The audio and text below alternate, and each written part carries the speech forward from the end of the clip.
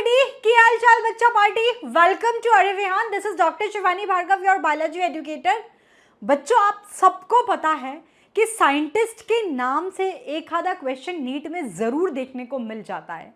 तो आज का जो हमारा ये छोटा सा वीडियो है, इसके अंदर हम पूरी बायोलॉजी के सारे इंपॉर्टेंट साइंटिस्ट के नाम एक बार में देख लेंगे, जिससे कि आप एग्जाम के पहले एक बार इसे गो थ्रू कर लें and we will make it sure कि साइंटिस्ट के नाम से कोई भी क्वेश्चन नीट के एग्जाम में आता है तो वो हमसे गलत नहीं हो। ठीक है, तो चलिए बच्चों, फटाफट से बिना किसी देरी के शुरू करते हैं। सबसे पहले लीनियस साहब का नाम आता है, कैरोलस लीनियस। इन्होंने एक तो बाइनोमियल नॉमेनक्लेचर सर का दिया हुआ है, दूसरा two kingdom system of classification ये लीनियस सर ने दिया था। इनके जो दो किंगडम थे वो था kingdom Plantae and kingdom animalia. तो टू किंगडम सिस्टम क्लासिफिकेशन भी लीनियस सर का दिया हुआ है। इसके बाद बहुत इंपॉर्टेंट आर.एच. विटेकर का 5 किंगडम सिस्टम ऑफ क्लासिफिकेशन है। विटेकर सर के 5 किंगडम जो थे, Monera, protista, fungi, Plantae, animalia. हालांकि इसका पूरा चार्ट एनसीईआरटी में दिया हुआ है, पूरा का पूरा 5 किंगडम सिस्टम ही इंपॉर्टेंट है, बट साइंटिस्ट का नाम कई बार डायरेक्ट क्वेश्चन आ जाता है। विटेकर साहब, इन्होंने दिया था 5 kingdom system of classification.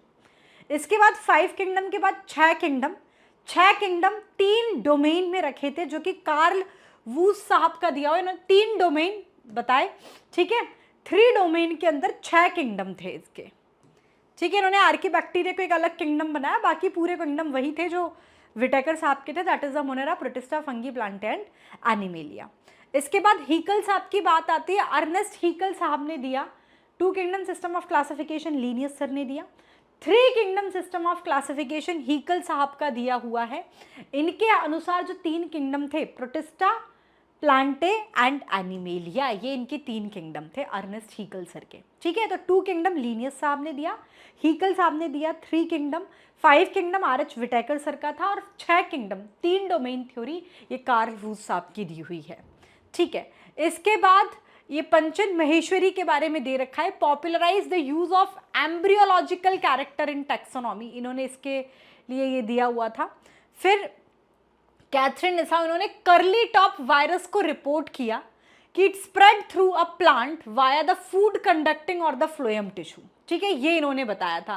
Curly top virus कई बार हो सकता है नीट में यहाँ से, अगर वो नलायकों की तरह ऐसी जगह से, जैसे रिडक्शनिस्ट बायोलॉजी से क्वेश्चन आया था, ऐसी जगह से फिजियोकेमिकल अप्रोच वाला, तो अगर वो ऐसा क्वेश्चन बनाना चाहे साइंटिस्ट के नाम से जो तुम इतने अच्छे से नहीं पढ़ते हो, तो बिल्कुल यहाँ से क्वेश्चन बन सकता है। बाकी वायरस, वायरॉइड्स में साइंटिस्ट के नाम बेहद इंपॉर्टेंट है बच्चा। क्वेश्चन आता है डीजे इवानोस्की सर के बारे में आता है कि टोबैको मोज़ेक वायरस ये बैक्टीरियल फिल्टर से पास हो सकता है, डीजे इवानोस्की ने बोला। बिजर्निक सर, इन्होंने कॉन्टेजियम वीवम फ्लिडम, यानी ये इनका दिया हुआ है, ठीक है। इसके बाद स्टेनले साहब के बारे में इन्होंने ही क्रिस्टलाइज द वायरसेस, ठीक है। क्रिस्टलाइज वायरस स्टेनली साहब का क्लियर होना चाहिए। डीजे इवानोस्की ने क्या कहा, स्टेनली ने क्या कहा, बिजर्निक का क्या था। और फिर टीओ डाइनियर, वेरी इंपॉर्टेंट, ये कई बार ही आ रखा है डाइनियर साहब के बारे में कि इन्होंने वायरॉइड्स को डिस्कवर किया और इन्होंने बताया पोटैटो स्पिंडल ट्यूबर डिजीज के बारे में। तो वायरॉइड्स की डिस्कवरी का क्रेडिट डाइनियर साहब को जाता है, स्टेनले के ऊपर भी आ जाता है। वायरस, वायरॉइड्स में साइंटिस्ट के नाम इंपॉर्टेंट है कि इन्होंने क्रिस्टलाइज वायरस के बारे में बोला। बिजर्निक साहब कॉन्टेजियम वीवम फ्लिडम इनने बोला। डीजे इवानोस्की, इन्होंने बताया कि आपका जो टोबैको मोज़ेक वायरस है ये बैक्टीरियल फिल्टर से पास हो सकता है, this is important. Virus, viroids के सारे साइंटिस्ट बेहद इंपॉर्टेंट है बच्चा, ठीक है। उसके बाद हम बात करें natural system of classification, phylogenetic classification. तो natural system of classification NCERT में बाकायदा दे रखा है, ये बेंथम एंड हुकर साहब का दिया हुआ है, ठीक है। फिर इसके बाद यहाँ पर directly cell the unit of life पर है, बट ये जैसे एक साइंटिस्ट का नाम और वहाँ पर है फाइलोजेनेटिक क्लासिफिकेशन। आप चाहो तो मुझे चैट सेक्शन में बता सकते हो कि मैम फर्स्ट फाइलोजेनेटिक क्लासिफिकेशन किसने दिया था, ओसवाल्ड टिप्पो का नाम किसके लिए आता है, ये आप मुझे कमेंट सेक्शन में बताएंगे, ठीक है। मैम फिर हमें इसका आंसर कैसे मिलेगा, ओसवाल्ड टिप्पो का नाम किन से एसोसिएटेड है, मैं आपके कॉमेंट्स खुद पढ़ती हूँ, कमेंट में मैं खुद रिस्पॉन्स करूंगी, ठीक है। ओसवाल्ड टिप्पो मैं कमेंट सेक्शन में पिन भी कर दूंगी, बट मैं चाहती हूँ कि मेरे बच्चे वीडियो देखने के बाद इसका कमेंट ज़रूर करें कि इनको किस चीज़ का क्रेडिट जाता है। इसके बाद ल्यूवनहुक साहब के बारे में सबसे पहले first saw and describe the live cell, ये ल्यूवनहुक साहब को क्रेडिट जाता है, ठीक है। फिर उसके बाद न्यूक्लियस की डिस्कवरी का क्रेडिट रॉबर्ट ब्राउन साहब को जाता है। रॉबर्ट हुक, ये इंपॉर्टेंट है, रॉबर्ट ब्राउन साहब, एंटन ल्यूवन हुक साहब, इन्होंने सबसे पहले देखा एंड डिस्क्राइब किया एक लाइव सेल को। न्यूक्लियस की discovery Robert brown sir. Robert Hooke के बारे में हम बात करें, इन्होंने सेल टर्म रॉबर्ट हुक ने कॉइन किया था, ठीक है। फिर अपन सेल थ्योरी पढ़ते हैं शिल्डन एंड श्वान के बारे में, they together formulated the cell theory, ठीक है। आपको पता है शिल्डन साहब की बात करें तो उन्होंने प्लांट्स को ऑब्जर्व किया था, बॉटनिस्ट थे एक जर्मनी, इन्होंने प्लांट को ऑब्जर्व किया था और बताया था कि different kind of cells, they are plants की जो बॉडी है they are composed of different kinds of cell, और सेल थ्योरी दी थी श्वान के साथ मिलके। श्वान जो थे ये एक जूलॉजिस्ट थे, इन्होंने एनिमल सेल्स को स्टडी किया, ठीक है। और उन्होंने बताया कि एनिमल सेल्स के पास प्लाज्मा मेम्ब्रेन है। इन्होंने अपने प्लांट के स्टडी के बेस पर यह भी बताया कि सेल वॉल का प्रेजेंट होना, this is the unique characteristic of the plant cell, ठीक है। और इन्होंने वही शिल्डन और Schwann, they together formulated the cell theory. लेकिन इसके बाद ही अगले साइंटिस्ट की बारी आती है, रुडोल्फ विर्को। इनकी जो सेल थ्योरी की कमी थी वो ये नहीं बता पाए थे कि नई सेल्स बनती कैसी हैं, how new cells were formed, omnis cellula e cellula, ये कमी पूरी की रुडोल्फ विर्को ने। इन्होंने कहा ओमनी सेलुला ई सेलुला, यानी कि सारी की सारी सेल प्री एग्जिस्टिंग सेल से ही बनती हैं, ठीक है। उसके बाद cell the unit of life में ही यूनिट मेम्ब्रेन मॉडल, और सबसे इंपॉर्टेंट जो है उसके अंदर यूनिट मेम्ब्रेन मॉडल वगैरह इतना दे नहीं रखा, सिंगर एंड निकोलसन साहब का fluid mosaic model. Plasma membrane के स्ट्रक्चर्स जब पढ़ते हैं तो मोस्ट एक्सेप्टेड जो है वो यही मॉडल था, और यहाँ से कई क्वेश्चंस आते हैं। फ्लूइड मोज़ेक मॉडल ये सिंगल एंड निकोलसन साहब का दिया हुआ है। वैसे तो बहुत सारे साइंटिस्ट के नाम हैं, बट उसमें से कुछ चुनिंदा सबसे इंपॉर्टेंट साइंटिस्ट के नाम जो आपको ऑन टिप्स होने ही चाहिए वो मैं आपके सामने यहाँ पर कवर करवा रही हूँ, ठीक है। इसके बाद जॉर्ज पालेट की बात करेंगे बच्चे, इन्होंने राइबोसोम को ऑब्जर्व किया। इनका तो नाम ही बता रहा है कैमिलियो गोल्जी, यानी कि गोल्जी बॉडीज को ऑब्जर्व किया, as the name itself says. Flemming साहब की बात करें तो इन्होंने न्यूक्लियस को स्टडी किया था बाय बेसिक डाई, और इसे नाम दिया था क्रोमैटिन।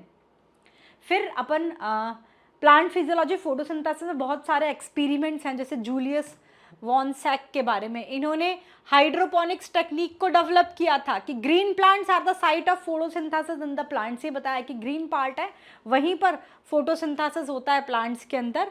और उन्होंने बताया कि when leaves are expose to the sunlight ये स्टार्च का फॉर्मेशन करते हैं और क्लोरोफिल प्रेजेंट होता है स्पेशल बॉडीज के अंदर।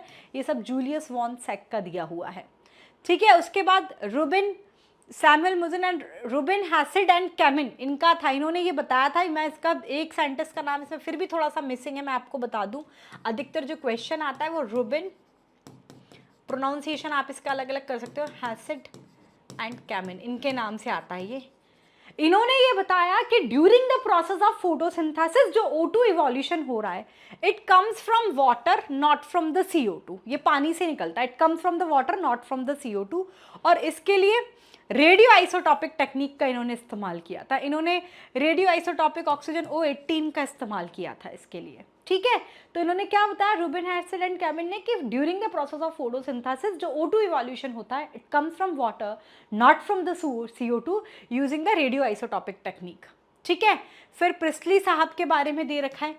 प्रिस्ली सर ने बताया, इन्होंने ऑक्सीजन को डिस्कवर किया था और इन्होंने ये बोला था, वो कैंडल वाला जो एक्सपेरिमेंट था बेल जार वाला, कि plant restore the air what ever the breathing animal and the burning candle remove. ये प्रिस्ली साहब का एक्सपेरिमेंट था। इंगेलहाउस सर की बात करें तो उन्होंने बताया कि सनलाइट बहुत जरूरी है फॉर द प्लांट प्रोसेस, और सिर्फ ग्रीन पार्टी प्लांट के ऑक्सीजन को रिलीज करते हैं। एक्शन स्पेक्ट्रम, एब्जॉर्प्शन स्पेक्ट्रम, यहाँ से एंगलमैन साहब की एक्शन स्पेक्ट्रम इन्हीं का दिया हुआ है। फिर वान नील साहब, ठीक है, इन्होंने भी कंक्लूजन तो इनका भी यही था कि during the process of CV van Niel साहब इनका नाम था, ठीक है।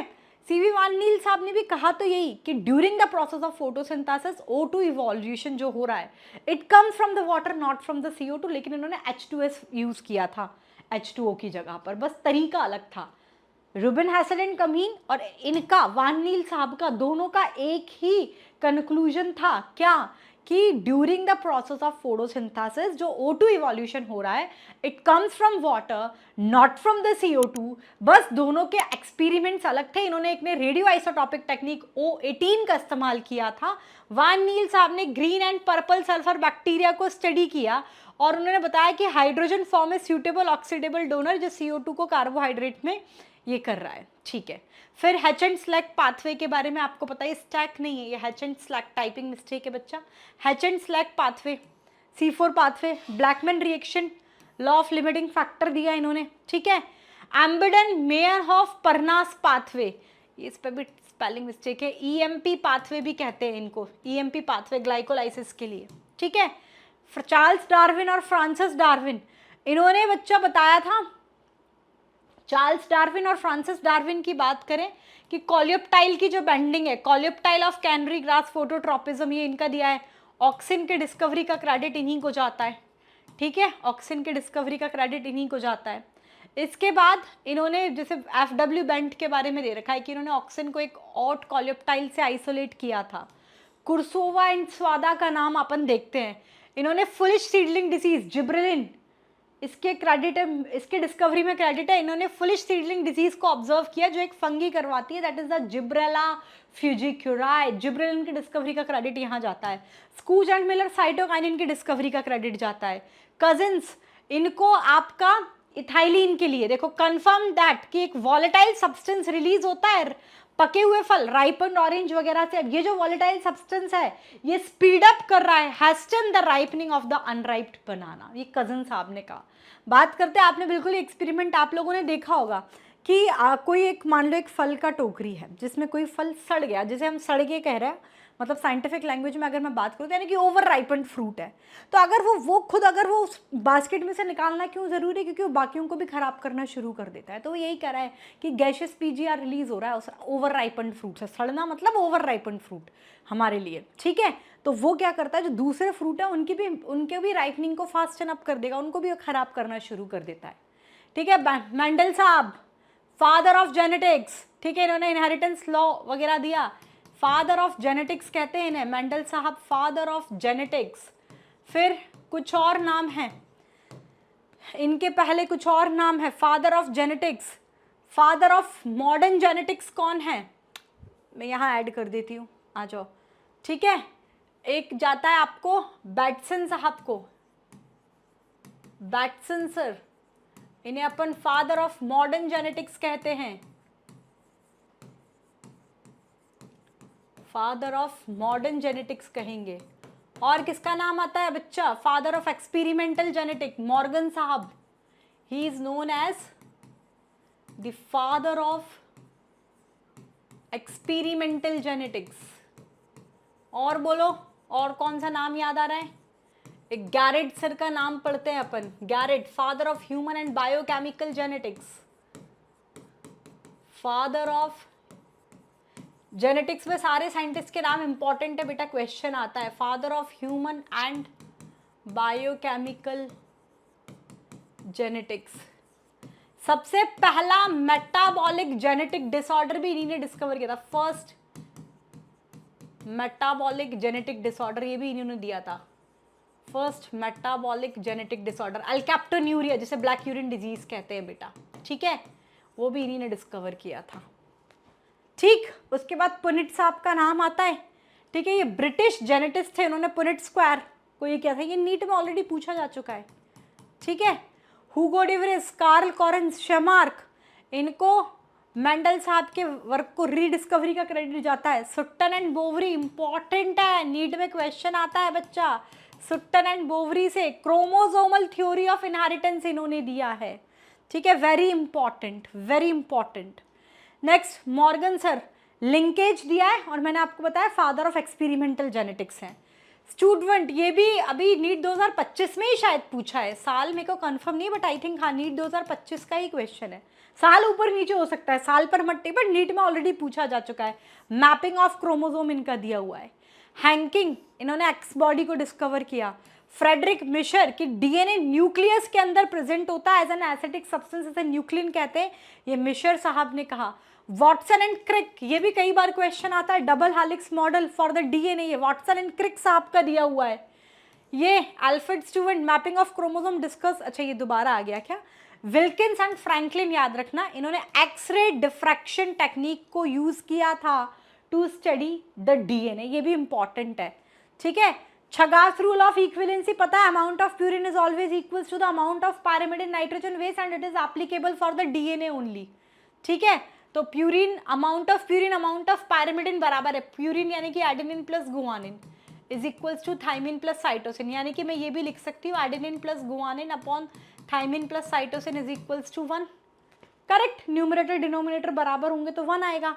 और फिर बेस रेशियो आया, बेस रेशियो में अपन ऐसे लेते हैं एडेनिन प्लस थाइमिन ऊपर नीचे वाला एक साथ, और guanine plus cytosine which is constant for a given species, which is constant for a given species. ये है आपका बेस रेशियो, बेस रेशियो से भी क्वेश्चन आ जाता है बेटा। बाकी छगाव्स रूल ऑफ इक्विवेलेंसी जो है, छगाव्स रूल जो है इन्होंने जो दिया था that is the Chargaff's rule of equivalency, Chargaff's rule which is applicable for DNA only, applicable for DNA only। और ये क्या कहता है, ये कहता है कि amount of purine is always equals to the amount of pyrimid in nitrogen base। this is the Chagav's rule of equivalency बच्चा, ठीक है। उसके बाद एक साइंटिस्ट यहाँ पर इन्होंने नहीं लिखा, ये मैं आपको बता देती हूँ, फ्रेडरिक ग्रिफ्थ साहब। इसके बाद ग्रिफ्थ सर के बारे में बात करेंगे। इन्होंने दिया था बेटा ट्रांसफॉर्मिंग प्रिंसिपल, सबसे इंपॉर्टेंट साइंटिस्ट के नाम मैं कंक्लूड कर रही हूँ यहाँ पर। आप कहोगे मैम कंप्लीट ही करो, तो वो भी आप मुझे कमेंट सेक्शन में डाल देना, एक वीडियो उस पर भी हो जाएगा। यहाँ सबसे इंपॉर्टेंट साइंटिस्ट के नाम फ्रॉम एंटायर बायोलॉजी हम डिस्कस कर रहे हैं। फ्रेडरिक ग्रिफ्थ, इन्होंने दिया था ट्रांसफॉर्मिंग प्रिंसिपल, याद है स्ट्रेप्टोकोकस निमोनिया पर काम किया था, चूहे के साथ एक्सपेरिमेंट किया था वो, तो ग्रिफ्थ साहब का दिया हुआ है ट्रांसफॉर्मिंग प्रिंसिपल। इसके बाद biochemical characterisation of transforming principle, ठीक है, बकायदा अगर इसको लिखेंगे ना तो आप ये लिखिए यहाँ पर कि biochemical characterisation of transforming principle, biochemical characterisation, biochemical characterisation of transforming principle. ये किसका दिया हुआ है बच्चा, ये दिया हुआ है एवरी मैक्लॉयड एंड मैकार्टी का। फिर आता है Hershey and Chase experiment, who gave the unequivocal और the final proof that DNA is the genetic material. इन्होंने T2 बैक्टीरियोफेज और ई कोलाई पर अपना ये किया था, दिस इज इंपॉर्टेंट। फिर क्रिक साहब, फ्रांसिस क्रिक, इन्होंने सेंट्रल डॉगमा दिया था डीएनए से आरएनए का बनना, ट्रांसक्रिप्शन, आरएनए से प्रोटीन ट्रांसलेशन, और central dogma it include both transcription and translation. ये फ्रांसिस क्रिक का दिया हुआ है, this is again also very important. Hershey and Chase very important, Chargaff's rule of equivalency very important, ठीक है, scientist बहुत इंपॉर्टेंट है। फिर जॉर्ज गैमो, ये भी पूछा जा चुका है, जॉर्ज गैमो 20 अमाइनो एसिड्स, वो जेनेटिक कोड वाला है ना, कि जेनेटिक कोड में वो अपन बात करते हैं ना कि 20 अमाइनो एसिड, ये ट्रिपलेट, ये जॉर्ज गैमो ने दिया हुआ है, नीट में क्वेश्चन पूछा हुआ है, साल मुझे कंफर्म नहीं है। फिर निरेनबर्ग, मैथे, खुराना, इनका आता है cell free system for the protein synthesis, सब जेनेटिक कोड से रिलेटेड है। हरगोविंद खुराना ने, इन्होंने आरएनए मॉलिक्यूल को सिंथेसाइज किया with defined combination of the base. फिर ये सेवरो ओक्वा, इन्होंने Ochoa enzyme which is polymerized RNA with defined sequence in a template, ये इन्होंने बताया था। फिर Francis Jacob and Jacques Monod, Pasteur Institute of Paris, इन्होंने दिया था ओपेरॉन कॉन्सेप्ट, ठीक है, आप एक्सप्लेन लैक ओपेरॉन की जगह लिखो ओपेरॉन कॉन्सेप्ट दिया हुआ है, ठीक है। Frederick Sanger, determination of amino acid sequence in the protein, ये डिस्कवर इनका किया हुआ है। He developed the principle upon the automated DNA sequencer work. फिर एलेक्स जाफरी, डीएनए फिंगरप्रिंटिंग से रिलेटेड है, ये भी क्वेश्चन का नाम इंपॉर्टेंट है, यानी साइंटिस्ट का नाम इंपॉर्टेंट है, क्वेश्चन आ जाता है। फिर बॉलिवर एंड रॉड्रिग्स, इन्होंने PBR 322 क्लोनिंग वेक्टर को कंस्ट्रक्ट किया था, ठीक है। फिर लुइस पास्चर साहब के बारे में दे रखा है, इन्होंने अबायोजेनेसिस की थ्योरी को डिसअप्रूव किया। इन्होंने बताया कि लाइफ की उत्पत्ति प्री एग्जिस्टिंग लाइफ से ही हुई है, he coined the term virus also. Oparin Haldane, very important question आता है, chemical theory of evolution Oparin Haldane ने दी है, वेरी इंपॉर्टेंट। मिलर साहब का वो पूरा एक्सपेरिमेंट, और इसमें क्वेश्चन ये भी आता है क्या क्या इस्तेमाल किया था। मिलर एक्सपेरिमेंट सबसे पहला एविडेंस कि ऑर्गेनिक मॉलिक्यूल की जरूरत है फॉर द लाइफ जो कि इनऑर्गेनिक कंपाउंड से बनी है। ऑर्गेनिक एवोल्यूशन इन्होंने दिया कुल मिला के, ठीक है। ऑर्गेनिक एवोल्यूशन को एक्सप्लेन किया मिलर साहब ने। Alfred Wallace reached some conclusion that कि डार्विन, ये मेले एलिपेगोगो का ये इतना इंपॉर्टेंट, खैर पढ़ लेना है, पर हाँ इतना ज़्यादा क्वेश्चन यहाँ से। Some ontogeny recapitulates phylogeny, very important, Haeckel साहब ने दिया। Lamarck theory use and disuse of organ evolution में, ये बहुत इंपॉर्टेंट है। Karl Ernst and von Baer, इन्होंने भी डिसअप्रूव किया था ऑन्टोजेनी रिकैपिचुलेट्स फाइलोजेनी को, डिसअप्रूवल इनकी तरफ से आया। हार्डी वनबर्ग लॉ के बारे में पता ही है, यहाँ से न्यूमेरिकल्स भी बनते हैं। अगर आप चाहते हैं कि जेनेटिक्स के या फिर पूरी बायोलॉजी में जितने भी न्यूमेरिकल्स वाले क्वेश्चन हैं उस पर एक वीडियो आ जाए तो do let me know in the comment box. अगर 20 बच्चों ने भी कमेंट किया न्यूमेरिकल्स, कंप्लीट बायोलॉजी के न्यूमेरिकल्स के लिए, so I will make a video about the same. या हार्डी वैनबर्ग, इन्होंने बताया कि अलील फ्रीक्वेंसी जो है पॉपुलेशन में ये स्टेबल है एंड आर कांस्टेंट है जनरेशन टू जनरेशन। और फिर फाइनली हुगो डी व्रिस, जिन्होंने दी थी mutation theory of evolution. This is also important, concept of saltation, ये हुगो डी व्रिस साहब का दिया हुआ है। That is also very very important question यहाँ से बनता है बेटा। That's all about the complete important scientist name from the entire biology for your need perspective. I hope आपको ये वीडियो अच्छा लगा होगा. If you like this video, please hit the like button. Thank you everyone. और आप अपने comment section में अपना feedback ज़रूर दें. अगर आप चाहते हैं complete numéricals का मैं वीडियो लेकर आऊँ पूरी बायोलॉजी में जितने भी न्यूमेरिकल, चाहे वो पेडिग्री के क्वेश्चन हो, चाहे ब्लड ग्रुप्स के क्वेश्चन हो, चाहे आपका कार्डिक साइकिल से रिलेटेड क्वेश्चन हो, तो please do let me know in the comment section. Thank you everyone. Bye bye.